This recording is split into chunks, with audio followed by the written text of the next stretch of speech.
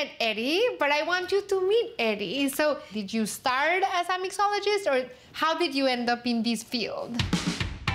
I went to school for biology. A lot of people kind of equate mixology to science. I think making cocktails or being a bartender, it's a little bit of everything. You were telling me why and how you got into tequila and why you like tequila. The agave plant really expresses the terroir of whatever region of Mexico that it's from. Like a tequila from the highlands tastes totally different from the tequila from the lowlands. Those big differences are what bartenders really like. What cocktail are we making today? How do I pronounce garden in Spanish? Jardín? So it's Jardín Los Campesinos. Los Campesinos is the hacienda that the tequila was made. Oh! And so imagine that this is kind of some of the vegetables and herbs that they might grow in a garden. I love that. I love that. So already, like with your cocktail, you're already taking me to a place. Yes. So listen, let's get started. So always first tequila. Okay. And we'll do about a cup worth, which is 8 ounces. And this should make a large enough batch so you can make it for 6 to 8 people. Perfect. And then also, if you make it ahead of time, you can keep it in the fridge, right? Mm-hmm, absolutely. A couple days. Why the reposado? I like a little bit of the wood aging that goes into reposado. Not too much wood, so you get a little bit of complex character of spice, a little bit of vanilla. Beautiful. So let's try it. So I'm going to pour the cup of the reposado in the blender. I have about half of a large poblano pepper, or about half a cup. I love the smell of poblano. It's so like exuberant and grassy.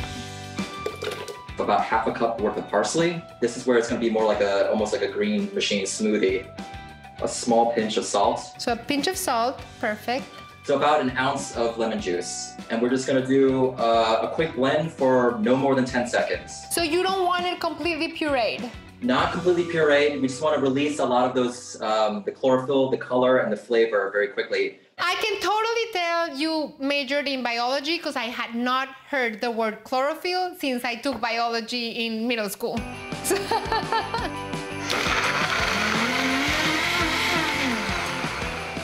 Oh, the color. That is a beautiful color right there. Well, that is a beautiful color right there. We'll just quickly strain it into a separate glass. Oh, so pretty, Eddie. Let's put about an ounce of our green machine tequila. Okay. The second ingredient is a little bit of white port. I have white wine that's like on the sweeter side.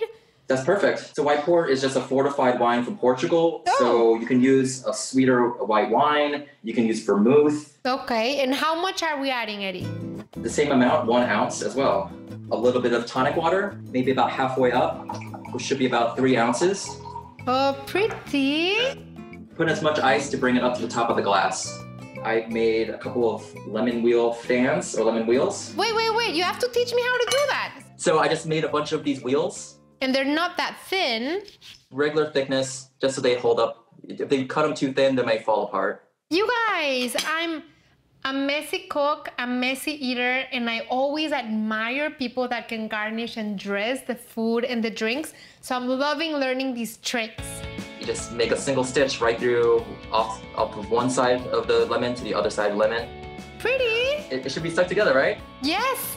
That is beautiful. Beautiful. Okay, so let's drink to that. Cheers, Eddie. Thank you so much for your time. So refreshing. I feel a little of the bubbly from the tonic water. The taste is grassy, it's green. It's delicious, Eddie. So different from anything I've tasted before. Thank you. I appreciate it. I'm glad you like it. Yum. Cheers. Cheers.